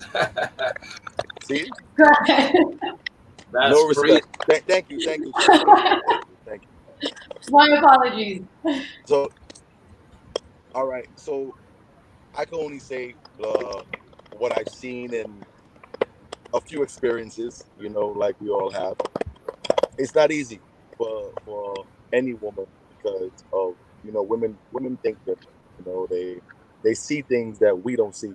They'll see a woman flirting with you on the other side of the room, and like 50 people in between y'all, but she will see that. You know what I'm saying? So it's like it ain't easy on us, it ain't easy on her. So the only thing for us is to try to make whoever we're with be comfortable, to make them feel like they are the one, and to make them understand like, yo, this is just my job. I don't bring this home. I try my best not to, or I try to in our relationship. Because if you Yeah. follow any woman, she think all DJs are Muslims, real Muslims with plenty wife. You understand? So, but at the end of the day, you know what I'm saying? All you want is for her to support you, and you support her, and y'all make that unity that y'all need, and everything else will work after that. Ladies, it's always going to be something extra that comes with it, but if you're a strong woman, you can handle it. You know what I mean? Simple. Well said. Well, I'm sure that the ladies got a lot of value from that. A lot of you guys, well, all of you guys, I would say, you're each building a legacy. You guys are each just taking your empires to the next level. So, what does legacy mean to each one of you? Legacy. What does legacy mean to each and every one of us? Yeah. Legacy means everything. You know, reputation is everything, and we build our reputation on the what we put out there, how we entertain, the love that we show, the respect that we get, and our legacy is based off of what we're doing and how we're doing it. And I think legacy is important to each and every one of us. So to answer your question, yes, we're doing. We're just gonna just put out the best that we can to make our legacy the best. Mhm. Awesome. A legacy is I think that's everything, because like I said before, no one lives forever, man. This is something, I say every time somebody famous or somebody that's known passes away. This is like something I live by. Nobody lives forever, ever. We all are born, and we all unfortunately have to die. So my motto is to see the world and make a positive impact everywhere you go, so you'll be remembered. So your legacy is how you be remembered. If you're a messed up person and you lie, you cheat, you steal, that's gonna be your legacy. You have a lot of evil people in this world, and they have a legacy of being evil. You know what I mean? In the DJ world, if you don't do something to solidify your name in the game, you're just gonna fall to the wayside. And I think in anything you do, if you're not remembered for it, that's definitely on you. So my legacy, I want to be remembered for doing what I did. I want to be, when I'm done with this, or when I transcend to another plane, I want to be I want people to talk about me. I want my kids and they kids and they friends. Yo, you heard about that dude Kevin Crown? Yo, back in the days he used to do XYZ. Yo, look at this video right here. That's your legacy. You know what I mean? And that's how you're gonna be remembered. And you know, you look at the people who influenced me. A lot of them are not here anymore. Michael Jackson, James Brown, you know, Bernie Mac. There's a lot of people that even in they're not here. Kobe Bryant, you know, rest in peace to the great ones. You know, they're not here anymore, but their legacy lives on. So as a DJ, you want to be that guy who has something that people gonna talk about when you're not here. So, you know, that's everything right now. The legacy, that's it. Put a hand up, I'll unmute you. I guess it's me. Well, legacy, right? I want to be that person. I want to be that guy that if I die tomorrow, God forbid something happens to me tomorrow and God is ready for me, I want to be that person that is not remembered for negativity. I want to be somebody that's remembered for all the good things that I have brought to them. Like the youths that's coming up as DJs, I want my legacy for them to be, he inspired me. He made me want to DJ. He made me like this song. Yo, I remember this one particular moment when he played in this particular, you know, I want that legacy. I want to touch people like that. I want that to be my legacy. That when I leave this earth, everybody can take away at least 2 or 3 things from Riggo Suave. Thank you for sharing that. Screen just got stuck there. Can you wait for a second? Okay. And DJ Stakz. Okay, you're on mute too. Okay, all right. Now I was just laughing at Norie's comment. He said that Riggo's the guy that went knock that was knocking at the door for me to that show. You really want to be that guy? No, you really want to be that guy.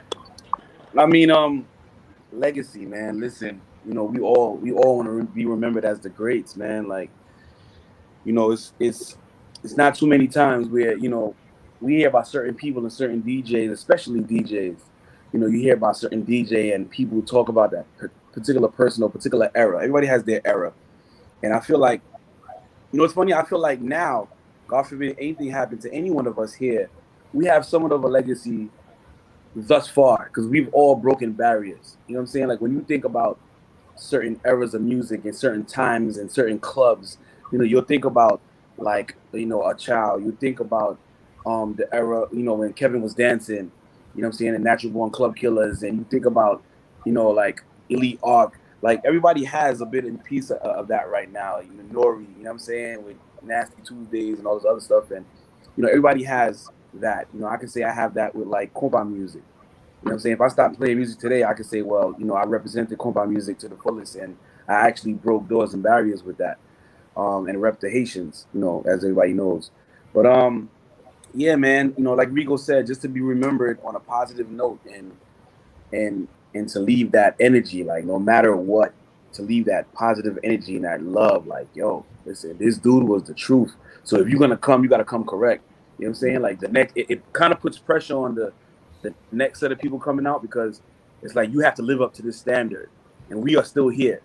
And you know, and I talk to my kids about this same standard, so you have to live up to that. So, you know, I feel like, you know, we all want to be remembered like that. We all want to have that legacy, man. We all fighting for it, and I think that's what differentiates us from other DJs. No disrespect, you know, to anybody else, but you can see it in the hunger, you can see it in the hard work and the dedication. It's like, you know, we're not working for nothing, and we're not just trying to stay, you know, comfortable in our settings. We want to grow, and we this conglomerate right here, you know, this super group, has definitely done a lot more and has worked very hard, you know, and you know, I just want to congratulate and definitely salute every DJ on this platform, every DJ in the chat, everybody that's just doing their thing. And legacy, that's the legacy right there. Like I want to be remembered for like, yo, Stakz, nah, he was that guy. Like, you know what I'm saying? I could say, yo, Chow was that guy, Norie was that guy, Riggo was that guy. You feel me? Kevin. Yeah. You know what I mean? That's what I call legacy. That's what I'm living for. I like it. And Norie, guess I'm gonna have to unmute you too. You're on the live. Y'all can hear me before I start? Yeah. Okay, thank you. This is what happens Listen. when you're in your car, Norie. This is what happens. Yeah, I know. My bad. To add on to the legacy, because everybody did a great job, you know what I'm saying, talking about legacies and all that, but it brings you back to the beginning of what we start the show of branding, you know what I'm saying, branding yourself and making people remember you, forcing them to remember you for all the good you've done for the music, for the culture, you know what I'm saying, for yourself, your family, you know what I'm saying, like even if it ain't a public legacy, but an internal family legacy, you know what I'm saying, for your kids to sit down and about you, you know what I'm saying, amongst your peers and just people, you know what I'm saying, respecting what you do. Because, it's easy for people to always say something negative and remember you as that, than remember you as doing something positive, Like, it's just human nature. People are just like that. So as being a pioneer and being part of the culture, you know, a legacy is very important because without that, the next generation won't understand what we went through because everything is a process. Like Stakz to tell you, White Clef and them before them.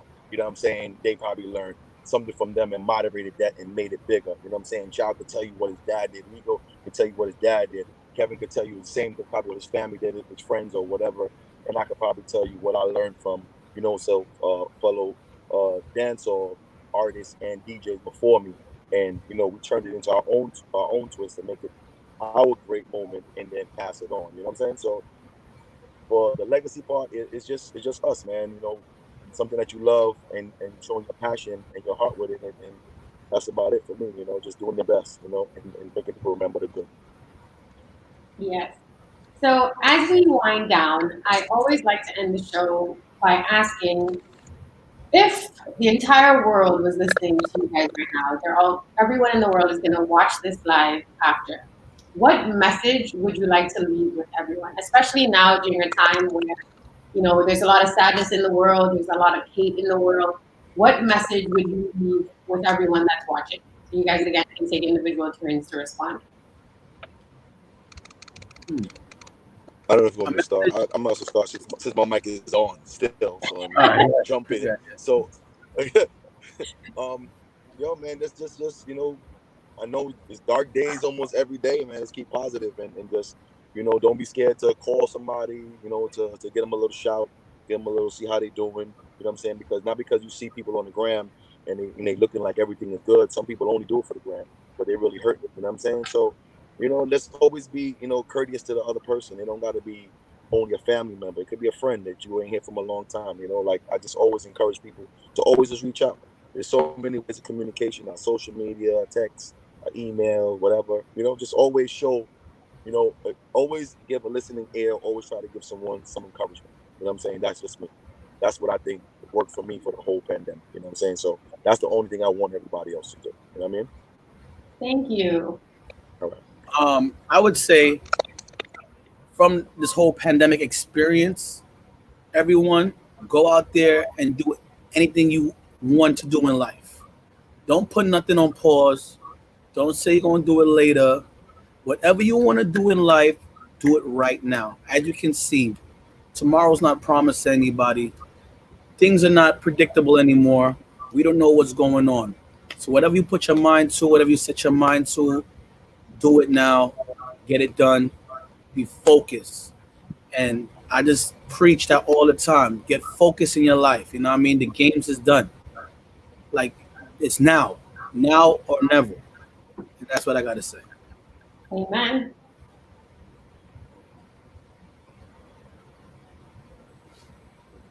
I'll go. I would say if the whole world was watching right now, I would say stay away from negativity. Stay away from negative people, from people who don't believe in you, um, and believe in yourself. You know what I mean? I have a lot of sayings, a lot of philosophies about life. One of my main ones is once you're not evolving, that means you're dissolving. So, you know, if like Stakz calls us a super group, and there's probably a lot of DJs looking at us right now like, wow, I want to be where these guys is at. But I'm pretty sure all of us in the room is not complacent. We not satisfied with where we at. We still want to do more. You know, I feel like I ain't done nothing yet. You know what I mean? It goes back to my philosophy.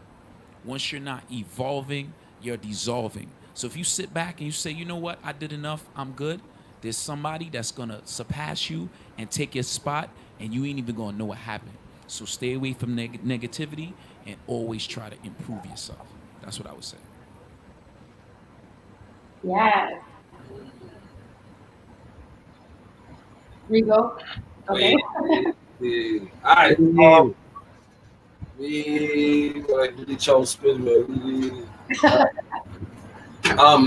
So Kerra, first of all, I don't agree what you say when you say if the whole world is watching. The whole world is watching this because you got some of the greatest DJs on here. Like, are you down? What's up? Preach it. So one thing I would like to say, because the whole world is watching us right now, spread love. Spread love. We go through falling outs with people. We are human beings. Love your family. Love your kids. Try to tell them as much as you can, because as you can see what's going on in the world, sometimes you might not even be able to say those words, but through prayer, maybe they will get it. You know what I'm saying? Listen, everybody have dreams, everybody have goals. Go for your goal. Even if it takes you 2 months, it might take me a week, it might take you 3 months. Everybody has their own process. Take your time, plan it, and make sure whatever you want to do, you do it to the best of your abilities. You know what I'm saying? And just love. Um, share as much good energy as you can so you can get back that same energy. And that is it. Amen to that. And last but not least, King Stakz. DJ Stakz, King Stakz. I'm unmuted. Yes, I'm good. All right. I mean, Rigo said it best, man. Share love, spread the love. Like I truly believe that the energy you put out into the world is what you get back. And you know, like Kevin said, you know, remove yourself from negative people, any type of negative, you know, energy, negative vibes, man. Listen, tomorrow's not promised. Just spread love, man. You know why I say that is because it's free. Like it doesn't cost you to support somebody, you know, in a certain way. And you know what I'm saying? Like it doesn't cost you anything to show love to the next person. And pay attention. You know, like we live in a world right now where, like Norie said, you know, people do things for the gram and social media, but may not really be good. You know, like through this whole pandemic, I've literally like randomly just text people, "Hey, what's up? You good?" Like, and they're like, "Stakz, what you hit me?" You know, like I'm supposed to be the busy one. Like, what you hit me for? Like, nah, are you good? You know what I'm saying? Because sometimes people need that to be able to want to talk to somebody because they, you know, not all is good out here, man. Like, you know what I'm saying? And a lot of people are going through it. So spread love, share the love. You know what I'm saying? Like support positive energy. You see somebody doing something, you don't gotta know them. You know what I'm saying? Like just support it. You know what I mean? Because that's what we need is love right now. Like, you know, this world is a different type of world. So you know, spread love, unity. You know what I'm saying? Support your brothers, support your sisters, your fellow kings and queens. And that's it, man. You know, love to everybody on this panel. Kerra, thank you. Thank you. Yes, thank you all for Thank you. participating today. You know, my message, as always, is keep going, keep smiling, and keep loving. Love is the answer. Chow, King Stakz, DJ Norie, Riggo Suave, Kevin Crown. It is an honor to sit with you guys today and have this discussion. Looking at the chat right now, and a lot of people have taken a lot of gems from the conversation, and they're they're able to get more in-depth look at who you are, your personalities, what goes on in your life. So thank you all for being here. Thank you always for supporting me. I really, really appreciate you guys being here. And I'm excited to be able to host this New York edition. Yes, Riggo, I see you over there. 1 second, let me get to you. I want to say something to you. I want to say congratulations on getting this platform together. This is something that you've been wanting to do. This is something that I know you are very happy with and you're ecstatic to do. And I want to congratulate you on your new platform because this is something that I am like very thankful for because this is giving people an insight on all of us. Certain people never get to really speak and know these things and just know what kind of person we are. So I thank you for putting this together, whatever vibe, whatever blessings God gave you to pursue this, keep it up, support her, all females. She also does a lot of events, empowerment events as well. Support her, follow her on the gram. You know what I'm saying? I love you. Thank you for always helping me. You know what I'm saying? When we are in events, when I'm in Trinidad or I'm on Uber, I personally hire you to make sure I'm good, make sure I make it on time to my schedule. You know what I'm saying? I really appreciate you. I love you and congratulations, man. Giving you your roses, boo boo. Thank you. I received them. No, one thing I gotta say about Kerra is that she's a very, very loving person, and she looks out for you no matter what. I could say that, and I could say that for myself, and I could say that for others too, because I gave a little incident in Trinidad. I couldn't get into this event. Like, I don't know why I couldn't get into this event, but Kerra stayed with me outside. She had her ticket. She could have walked in. She stayed with me outside, and she had to make sure I got in this event no matter what. And I respect you to this day for just being outside with me, because you didn't have to be outside with me. You could have just went about your business, but she is determined to make sure she looked out for me, and that shows a lot of character. That shows that you're a very loving person. And all those who don't follow her, please follow her. During the pandemic, like Riggo said, she did a lot of women empowerment speeches and lives, and I commend that. I respect that, because you didn't have to do that, but you're speaking up for the women, and now you have your own Kerra Denel panel plugged in, and I'm so proud of you. You know how long we go back to now. So, just keep on doing your thing. I feel blessed that you have us on this right now. And like I said, I'm very proud of you, darling. You guys are trying to make me cry on this live today. I want to say something too. Hold on. I want to say something. Kerra, I agree with everything that Riggo and Chow said, and I feel the same way.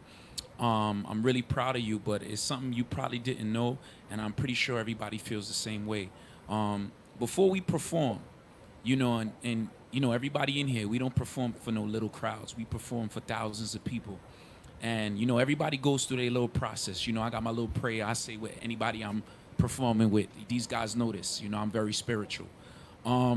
There's times where, maybe my mind ain't in the game or I'm trying to get in the game. But when I look over and I see you backstage, I'm like, Kerra's here. Everything's going to be all right. Because you're that person that, once Kerra's there, she know whatever we need water on the stage, something's wrong with anything, you're gonna take care of it.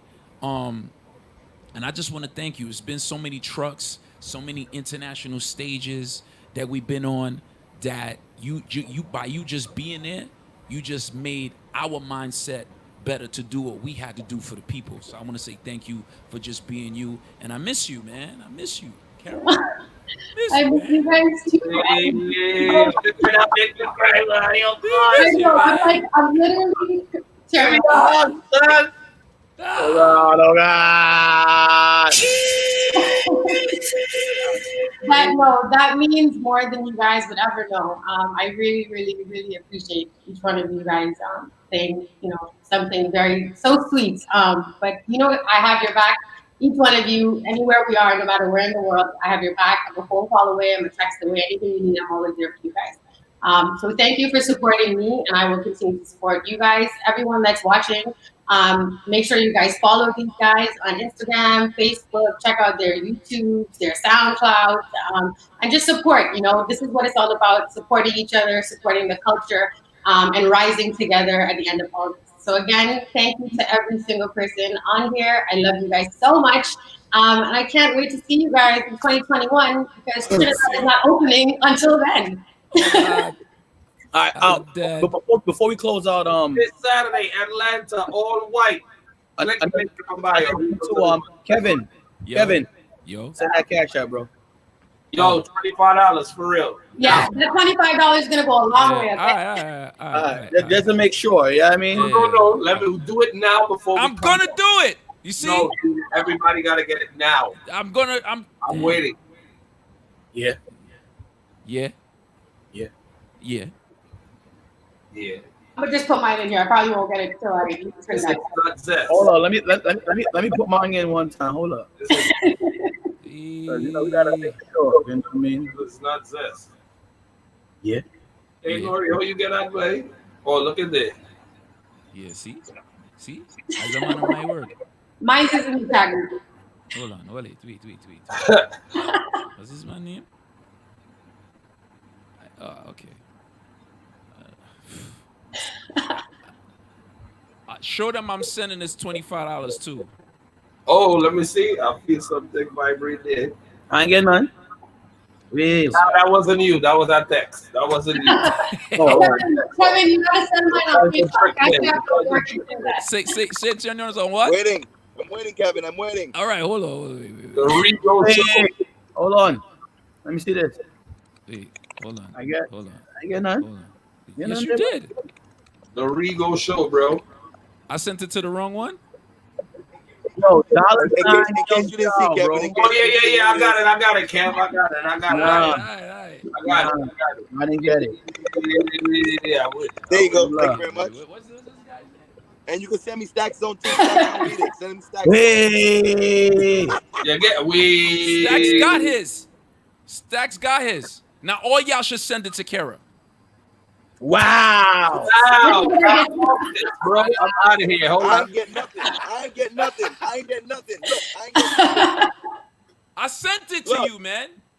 Kevin, I didn't get mine. You need to PayPal me mine. What's your Cash App? They have Nope, I Cash ain't App get in Trinidad? nothing. It doesn't work here. It only works when I'm in Miami. So you have to PayPal it to me. Yeah, so hard luck. With the right no there. Yo, Chow, your bro ain't send my bread, son. Yo, send Norie his bread, bro. I Foul. sent You his foul, money, bro. bro. Send Norie his bread, bro. Yo, you foul, bro. Nah, I like that one. Yo, you foul. That's crazy.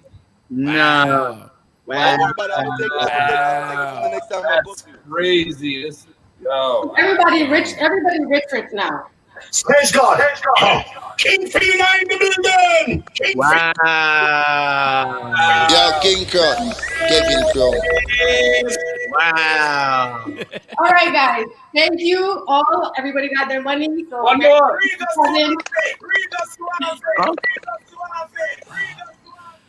It's WB time now. WB time now. Motherfucker. Hey. Oh, he sent back my money. Send back my bread. I didn't say nothing. Send back my bread. I just Who heard. played that? Who played that? Who played that? Played that. Who played that? Chow played that. Who played Yo, that? y'all crazy. Chow, you Yo, played it was a good interview, guys. You guys. Who played? Nah, you gotta send back. Who played that? Who played that? I didn't play anything. I'm gonna watch back to YouTube. Somebody owe me $25, bro. Chow. All right, guys. You guys. All right, guys. We'll see you soon. Thank you, Kerra. All right. Peace. All right. I'll take it easy, everybody. Bless. That is it.